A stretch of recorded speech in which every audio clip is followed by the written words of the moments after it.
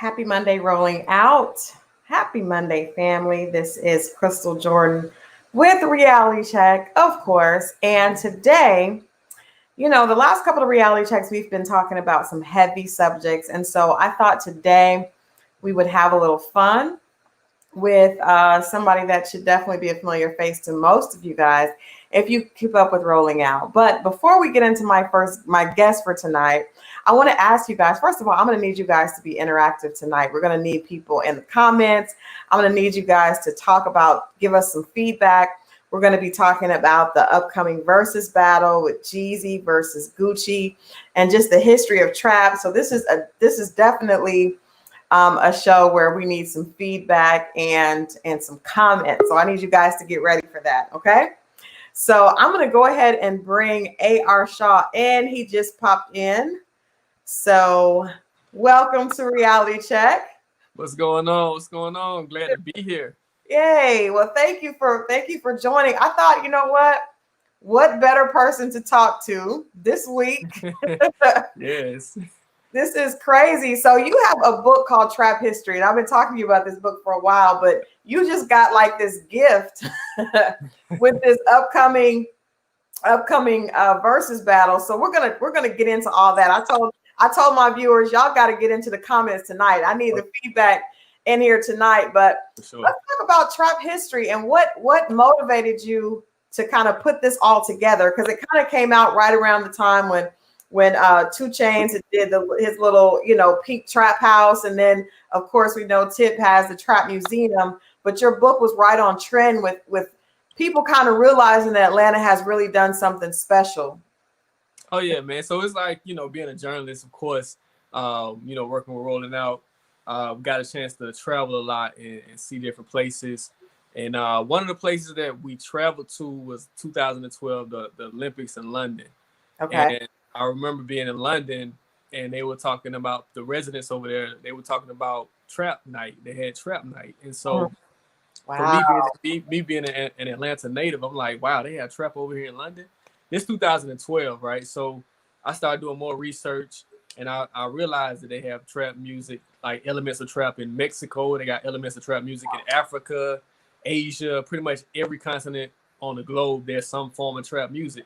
Okay. And it originated in Atlanta. So I was like, wow, this is so big and global, but nobody has actually told the story. Nobody's actually really sat down and wrote a piece about how this whole thing transpired. So I was like, let me go ahead and just put myself in it. I pretty much saw how the whole genre formulated. Yeah. As a native. And I was like, let's do it. And so I started in 2015. I initially thought it was only going to take like a year to write. But because so much was happening in the midst of everything, I had to continue to put stuff in it. So it took about 5 years, and I released it on the first week of November. Okay, wow. So we're getting the newly released information, and of course, it's like I said, it's just great timing. But that even surprises me to hear that over in London, we do know that hip hop culture is something that transcends race. I mean, it's ours. Yeah. But other cultures and other races, demographics, pull from it. So what do you think it was about trap? And I see Don Lewis says, hey, Starlight Horn says Georgia must vote blue January. Georgia has done a good job. I think we're going to continue right on. Oh yeah, vote blue. Yeah, doing that. But what do you think it is about trap that really stood out and has caused that type of reaction? I think just like the melody of it, I think the drum patterns, I think all of that. Like I was watching a documentary the other day about Nasty C, who's an artist from South Africa, and he speaks like he's from Atlanta. Like when he talks, he talks like he's from Atlanta. And I'm like, wow, this dude is from South Africa, but he speaks just like he's from Atlanta. And so it just shows you how impactful Atlanta has been, like when it comes to music, when it comes to sound, style. It's like the world is impacted by Atlanta. My guy Bam Joanna, he created the shirt "Atlanta Influences Everything," and he was right on point, man. You go around the world, and there's some element of how Atlanta has inspired the world in some way. Right. Well, you mentioned, what it consists of, or the recipe for what is the definition of trap music with the drum pattern. So can you kind of give us a definition of what? Because I just, you know, when you live in Atlanta, you kind of take it for granted. You know what I mean? Because it seemed like all the music started sounding like that for a while. So I never thought about it in terms of what is actually the science behind the way the production is, you know, is created. So let's talk about that. So from a production standpoint, there's a lot of course, the 808 drums, a Mm-hmm. lot of hi-hats, and it could be melodic as well. So Yeah. different producers have different, I guess, versions of trap music. So DJ Mm-hmm. Toomp has a style, Zay Yeah. Boomin has a style, Metro Boomin has a style, and 808 Mafia, they have a sound. So I think, you know, each producer, they kind of take elements of what was kind of started with Toomp and Zaytoven, and Mm-hmm. they kind of add their own little spice to it. Uh, Okay. so, but it all kind of centers around an 808 drum, like that 808 drum beat, those hi hats and snares. Uh, Mm-hmm. so it's kind of that whole thing that comes together. You know it when you hear it. Yeah, you definitely know it. And Atlanta feels like I mean, I guess we do own it because so much started here. You mentioned DJ Toomp. Yeah. DJ Toomp has been around for years. DJ Toomp actually was one of the, I guess, premier producers that was involved with Tip's project years ago. I have to mention Tip because, like I said, he's at the Trap Museum. And I was it's strange to me that, well, it's not strange because I know the history with Gucci and Jeezy. Mm-hmm. But let's talk about Tip's, the importance of T.I. and his career, because that was kind of the beginning, you know, Toomp working with him early on.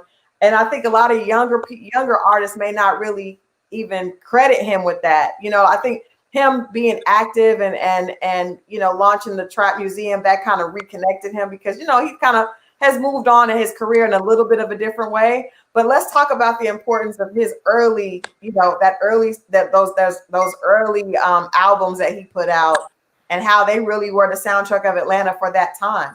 So we even before T.I., we got to go back a little further. Mm-hmm. So for anybody who's like a real Atlanta native, and T.I. would probably even tell you this himself. Mm-hmm. Sammy Sam the Hitman was probably the first trap rapper from Atlanta. Sammy Sam was doing hardcore music back in like 88, 89. Wow. Definitely have to credit T.I. for coining the phrase. Mm-hmm. Trap has just been like a slang term in Atlanta for years. It's just something Yeah. that we said in the city. And you know, you have to give T.I. props for putting trap and music together. Yeah, that was his album, right? Yeah, he had the album 2003. So Mm-hmm. you have to give him credit for that. Actually, Cujo Goody was the first artist to actually say the word trap on record. Oh wow. Okay. Yeah, he said it on Thought Process on Goody Mob's debut album Soul Food. Okay. So we got to give a shout out to Cujo Goody as well for actually putting the word into like hip hop atmosphere. Right. Put it in the so now it's in the Urban Dictionary. Yeah. Yeah. So yeah, got to give Cujo Goody some props for that. Yeah. But yeah, T.I. definitely was like you know, he spearheaded a lot of it, and then a couple years later, Jeezy comes, then Gucci comes, and then all of a sudden you have this wave. Then you get Future, and you get Migos, and now you have Lil Baby and Gunna. So it's like it continues. Like it's just like they like passing the baton to that next generation. Right. Well, you know, the word trap, even though Atlanta kind of has in relation to music, I think the trap always had like a I don't want to say a ghetto definition of what was going on in the trap. So, and I know that I think one of the things that I love about us is that we can take something and flip it, something that's a negative and flip it into a positive. But the word actually, in my understanding, always was like in the trap, it was some drug. We can be real about it because the book is real. So right. In the book I have is separated in 3 parts. And the first part is about music, and the second part is actually about the trap. When I actually went into the bluff and I interviewed individuals who are strung out on narcotics, who are dealing with addiction on a day-to-day basis. I spoke with individuals who sold drugs. I spoke with prosecutors and people who prosecuted drug crimes. So yeah, it's deeper than that. So trap is definitely a place where drugs were sold and bought. But I actually wanted to kind of highlight and really give a voice to the people who stay there, like the people who were affected by it on a day-to-day basis, because addiction is still prevalent in many communities. And I wanted to kind of highlight that. Sometimes they can get lost in the music. Yeah. You only hear one side of it a lot of times, but I wanted to actually kind of highlight some of the people who are actually strung out and who are actually fighting the trap. yeah, they're fighting with addiction on a day-to-day basis. They're trapped in their addiction. So that's definitely a point in the book that I pointed out as far as making sure that those stories are told as well, and it's not just one side. Yeah. Wow. I can really appreciate that perspective of it. Because one of my questions for you tonight was, being a journalist, you see it from both sides, but in our community, there still is kind of a glorification of things like that. You know what I mean? So we see a lot of hip hop artists are able to, that culture that they come from that is negative, it's a part of the music, is celebrated, but we know the other side of that is what you just talked about. So how do you balance that as a hip hop enthusiast? Because not only do you write about it, but you also are a lover of the culture. So how do you kind of make that balance between glorifying something that we know is also hurting our community in certain ways as well? So, I mean, as a journalist, your whole, the the gist of being a journalist is you just tell the story. Right. That you let the reader decide how they feel about it. So, it's not in my place. So how do you deal with that as a lover of the music, more so even than a journalist? Because I think you seem like somebody that really has a lot of respect for what you write about. So there has to be some point in time where you feel, or do you feel a kind of torn sometime between what we're glorifying, and then you see that when you're talking to people that are dealing with that and dealing with addiction, because that's not what we think of the trap as cool, is dope boys with dope tennis shoes on and throwing stacks of money in the club, but you don't often see the other side of what that does. A little boy that doesn't have his mom because she's strung out on drugs. So how do we as a community even kind of balance that? I mean, it's about education. And so that's what this book is about. And so, another thing that kind of like, that kind of speaks on that point, when 2 Chainz, he had the Pink Trap House, I think it was 2017. Like, you had so many people that were coming from different places, It was like, I met these 2 women, they were from Colombia. And they were like, we love trap music. But they really didn't understand what a trap was. I said, do you really know what a trap is? They were like, no, what is trap? So they really didn't understand. They couldn't really disconnect them. They didn't really understand that there was a connection between community and the music. Right. And so for me, it's about education. Yeah. And so my thing is, like, as an art, even like respecting artists, I don't want to, like, I say, censor someone's experience. Yeah. That's their experience, regardless if I like it or not. It's still their experience. Right. But at the same time, I want to be able to show that there's still another side of the experience that they might not ever tell you about. Right. I'll step in and say, look, this is what it is. You should know about this part too. Like you say, there are individuals who are struggling on a day-to-day basis from the narcotics that are being sold. So for my thing is, for me, it's really about educating people that understand that it's more than just what you see as far as the glorification. Right. The other side too as well. All right. I love that. You guys definitely got to pick up that book. We are talking with A.R. Shaw about his book, Trap History. And of course, we got to get into the upcoming versus battle. I want to hear his take on it. Before we start talking about the battle that's coming up now, there's a little history to this. This is going to be really interesting because we know that initially Tip and Jeezy were supposed to battle. Now, were you somebody that liked that pairing, or were you were you ever really like on board with Tip and Jeezy? They're streamlined because they're friends. Their music similar in some ways. They have songs together. I wasn't really against it. Right. I think it would have been cool. I think it's cool because they both have hits. So Yeah. I think it would have been like it was going to be an entertaining versus to watch. Yeah. But the Gucci and the Jeezy, there's layers. There's a lot of layers to it. There's a lot of layers to it. I mean, I'll say this, and then you let me know what you think. I was talking to Miss Shanika earlier today, and I'm definitely a Jeezy fan. Had the opportunity to work with him a few times. Gucci, it's funny. I'll tell you, AR, I remember getting a call right after everything went down and somebody was lost their life. And he was going to talk to Frank Ski on the radio. And I was like, no. And so they said, I was a publicist, early publicist at that time. And I was like, no, that's the worst thing that, an artist can do. So his label said, we don't want to work with her. she's not the right publicist. And they called another publicist, and that publicist signed off on it, and he's been on the radio.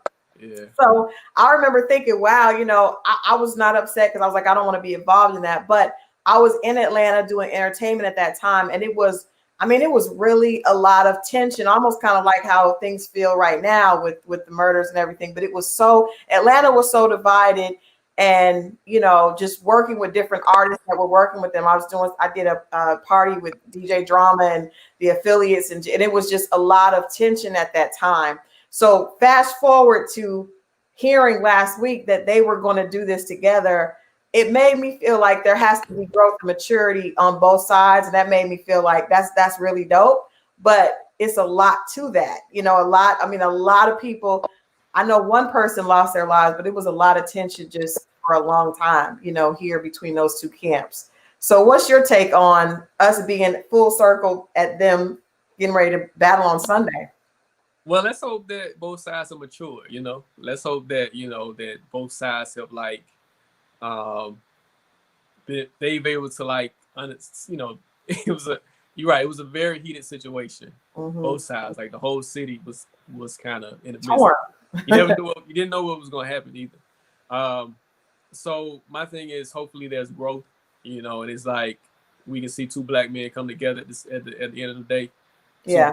And from Atlanta, GA, coming together, I think that's the biggest thing, really, to show that you can put your beefs aside and you can really do something special. And not to say that they have to be friends, because you don't really need to be friends with everybody. Right. That ain't really, that's not, you don't have to be friends with everybody. So right. As long as they can come together as men and really sit at a table, shake hands, whatever, they can go their separate ways. But as long as they can come together as black men for a couple hours, yeah, that's a cool thing, man. And I think it'll teach the youngsters something as well.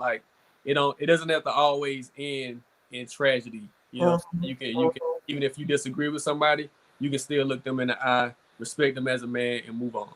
Right. Well, I think Swiss and Timbaland managed to do it with Brandy and Monica.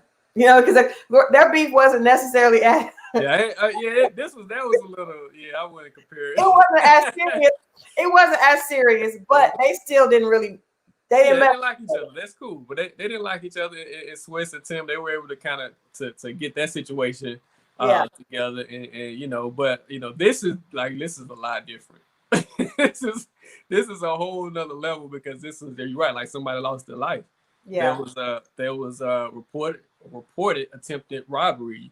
Yeah. And it was a lot, so I guess for your viewers who may not understand what's happening. Yeah, tell us the story, because I just went in there with my quick little happened. Yeah, we just assume that everybody knows what's going on. Yeah. All right, so let's say, I think it was 2004. So Icy comes out.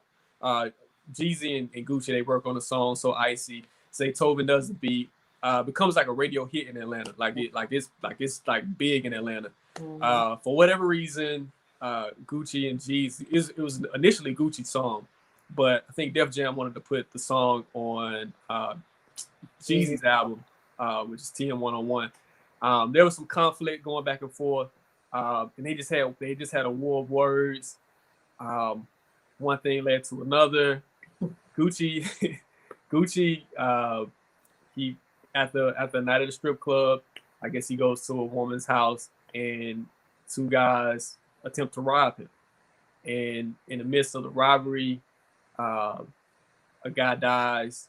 Gucci is arrested and charged with murder. He's later acquitted due to self-defense. Mm-hmm. Now, one of the guys who was killed, reportedly, as a journalist, I got to say reportedly, was a friend of Jeezy. Yeah. So I think Gucci always maybe had a sense that maybe there was some type of connection, but there's no evidence that there was a connection. But okay, that kind of maybe that feeling that some type of connection was happening. Mm-hmm. There's more words continue. Gucci drops The Truth, which is a diss album, a diss record, and it's just like from that on in, it was just like a lot of tension. But years later, they actually came together through Coach K. They actually met, and they actually met and got a chance to speak. Mm-hmm. But they've always kept their distance. Right. And we've always known that there still have been some I guess Tension. some tension between the two. Right. And and so this is why it's like this is deeper than just a dislike. Is a lot of elements to this whole thing. So Yeah. for them to come together, with all that being said, and then for them to come together and kind of sit down and have this versus battle, I think is big. Not just for them, but I think it's big for Atlanta. I think it's big for the whole culture. I think it's going to be a great moment. I think so too.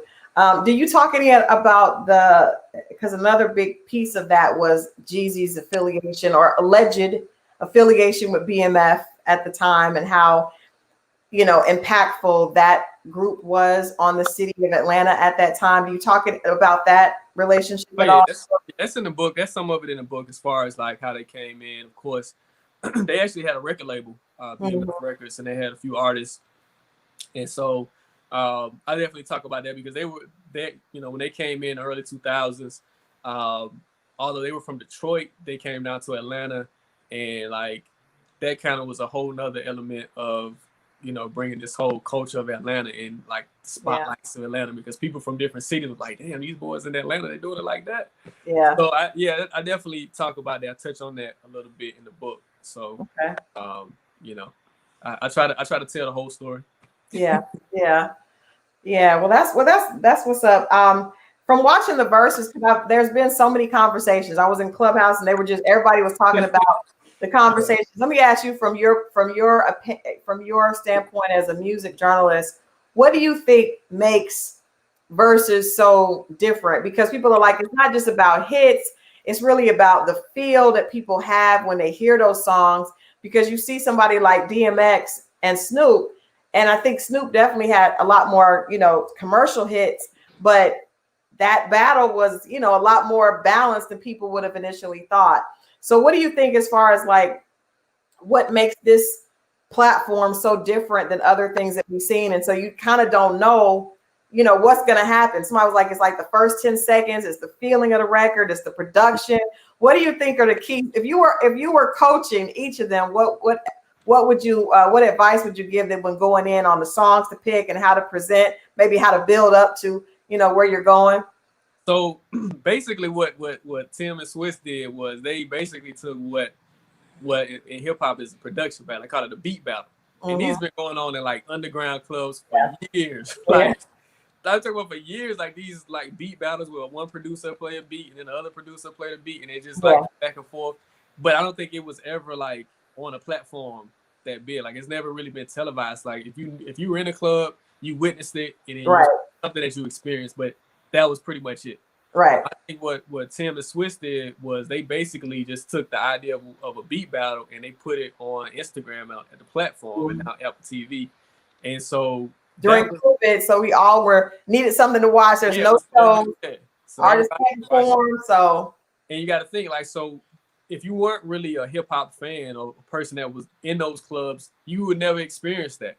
So it's like it was something eye-opening for a lot of people who had never experienced a producer's battle. So they took the elements of a producer's battle and they just basically presented it on a platform. Yeah, that's a cool way to think, because you're right. I've been to those. Yeah, and it is the beat. It's the beat. Yeah, this is a beat battle.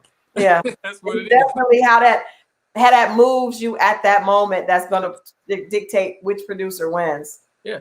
So it's just a back and forth, and they just took it. I would say if I was coaching like Jeezy and Gucci, as far as this battle is concerned, you wanna start off strong. Like, definitely want to start off strong, and then kind of like I would say do your hits that people know, maybe like your first 5 songs, like the songs that everybody knows. Yeah. And like the middle songs are like those mixtape songs that only the people that got your mixtape knows. Right. And like you end with the biggest hits. Yeah. Kind of like 3 levels of how you should look at it. Right. Okay. Now both of them, when you think of it like that, both of them have records that have that production that and you play in the club no matter when. You play in the club when it first came out, you play in the club, then people are going to move. Do you have a prediction of who you think will take the whole battle? Well, it's just I think Jeezy is the favorite, right? I think Jeezy is the favorite because he has more, I would say, hits that is recognizable. Right. He has hits with Kanye. Like he has like more hits as far as that's Like recognized. almost commercial. More He's more commercial hits, crossover appeal. more, yeah. But Gucci has a sneaky. He has a sneaky discography that a lot of people like. He has a lot of songs out there that a lot of people probably have never heard of. Yeah. And I think that's one thing that's gonna may benefit him in a bit, because it's like some people, it's gonna be some songs that he's gonna play that no one has ever heard of, except the people who really got all his mixtapes. There was a conversation that said Jeezy doesn't have as much influence with younger artists. You see, Gucci got a record with Mulatto right now that's out. I mean, he did Gucci's more. I guess it was they connected with younger artists and a lot more collaborations with up and coming. You know, the people that are hot now. While Jeezy, his collaborations are with more the artists that came out around his time. Do you think that'll play into it at all? Well, definitely. Like I have like in my like I have a chapter on pretty much on them. I have a chapter on Gucci, Jeezy, T.I., Migos. Okay. But in my chapter about Gucci, I talk about how he's like the most influential rap artist who pretty much kicked off a lot of careers. Yeah. Early on, he was working with Future before Future was hot. He was working with Migos before Migos. Yeah. He signed Young Thug.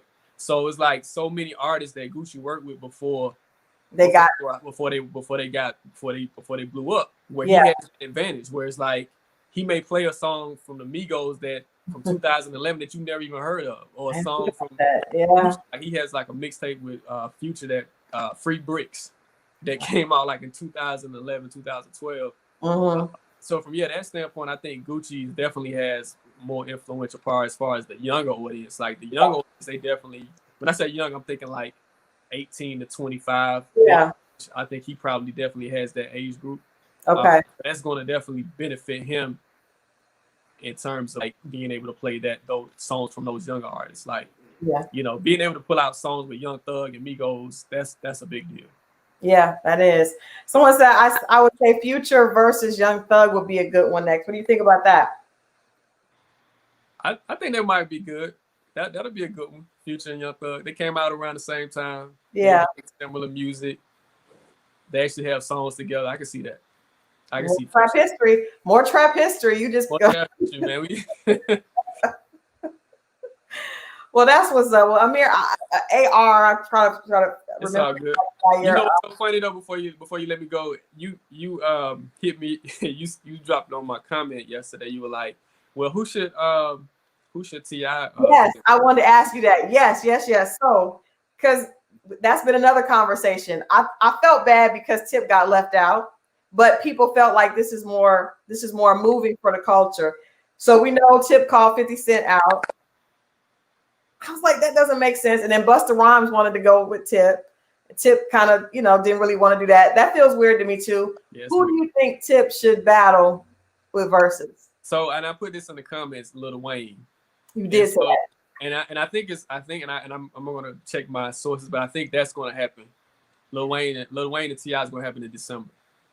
That you know what? When you put that, I wanted to put, and I was like, I just feel like Lil Wayne would blow him out the box though, because Lil Wayne has a cult following unlike any other. In fact, I've had a conversation with other music journalists about the fact that Lil Wayne is like the father of a lot of these young artists. Like all the dreads and all of them are influenced by Lil Wayne because he started so young and he's been so consistent for so long.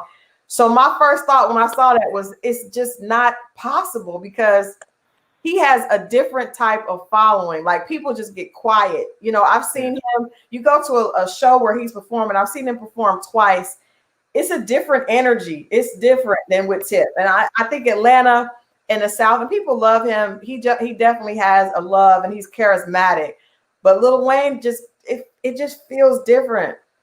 I think you're right. I think Lil Wayne, when it comes to what he can grab at, like you gotta like Lil Wayne's been rapping since he was like 12. All right. So it's like he's been making songs with like the Hot Boy, like he got the Hot Boys era. And then he could go over here with Jay-Z. He could go. I mean, He got Drake and Nicki. Like he got so many areas that he can pull from.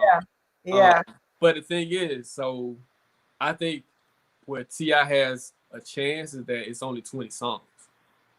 So, if you're talking about 40 songs, then Lil Wayne will get you. But 20 songs, I think T.I. still has he has a good 20 songs that he can put out. Like he has songs with Rihanna, songs with Justin Timberlake. Like he got big songs like that were like international hits. Yeah, that Robin Thicke record was huge. Yeah.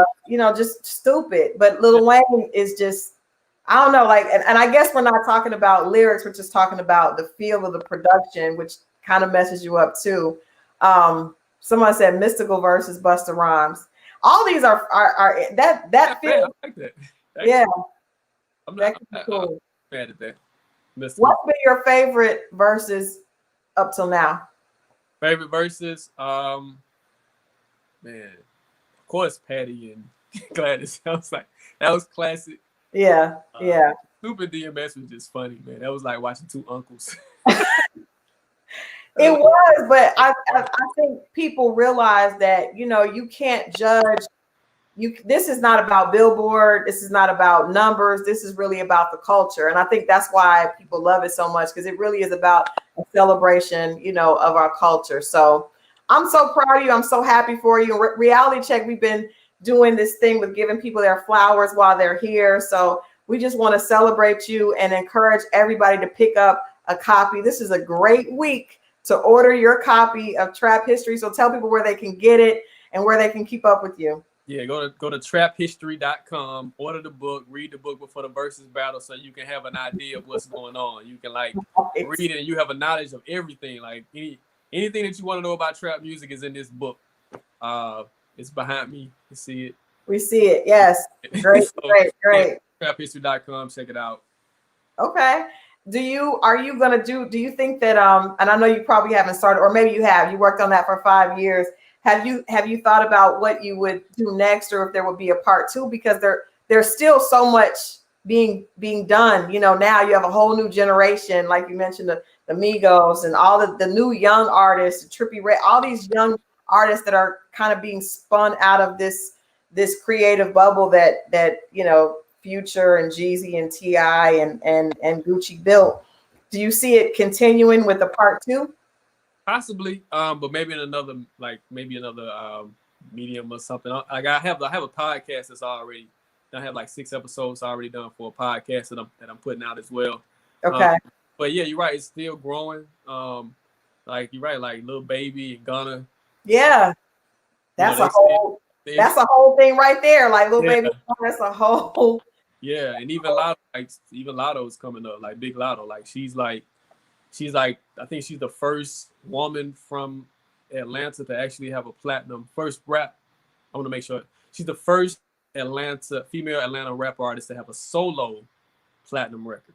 Okay. Wow. Yeah. I'm saying that record's gonna be played on Sunday. Her record with Gucci is definitely gonna and it'll probably win that round. Yeah, I think it's Thursday. It's Thursday. It's Thursday. Okay, my bad. I'm saying it's not, because it was supposed to be Sunday, right? It was supposed to be Sunday with Tip. I love it though. I love it. But thank you for hanging out. Thank you for agreeing to do this. Oh, no doubt. Talk a little bit about trap history too, man. I'm still following you. I still see your movements. I'm always over here supporting. Yeah, well, that's what we're supposed to be doing. We're supposed to be supporting each other. So I was like, we gotta have Amir on here. The timing is right. And so I appreciate you coming through. Tell people how they can keep up with you, go to the website, but how they can also keep up with you, which they probably already know because it's the Rolling Out family. So y'all are already following AR Shaw, but give them the information. Yeah, follow me on Instagram, AR Shaw 23, ARSHAW 23. That's what's up. Drop me a note. I'll follow you back. It's all good. All right, we're definitely gonna be looking for your comments on Thursday. Oh yeah, we're gonna do it. All right, thanks, AR. All right, take care. All right. Thank you guys for hanging out. That was fun. He's so knowledgeable about trap history from a different perspective, trap music from a different perspective. So I hope you had a chance to listen to that interview. I wanted to mention the People's Choice Awards. I don't know if you guys had a chance to watch that, but Tracy Ellis Ross took home a Fashion Icon Award and gave a moving speech. And Tyler Perry gave a very, very motivational speech, as always, about staying focused and not giving up and not giving in to your dreams. If you haven't gotten where you are trying to go, don't stop. He gave an example of digging a well, and he had someone come out to his house because his water bills were so high. And he's like, I've just got to, get a well on my land. I'm trying to get like Tyler and have a well on my land. But they came out and were digging, and they didn't get to the water, and they were digging, and it just didn't seem like it was going to work. So they gave up, went home, came back, digging. And finally he was about to give up again. And the guys came out the next day and did it. And if they had given up, they would have not reached the water. The water was 4 inches away from where they had just about stopped digging. So I just want to encourage you guys, if you didn't see that speech last night, go to YouTube, go to Google and Google Tyler Perry's People Choice Award speech.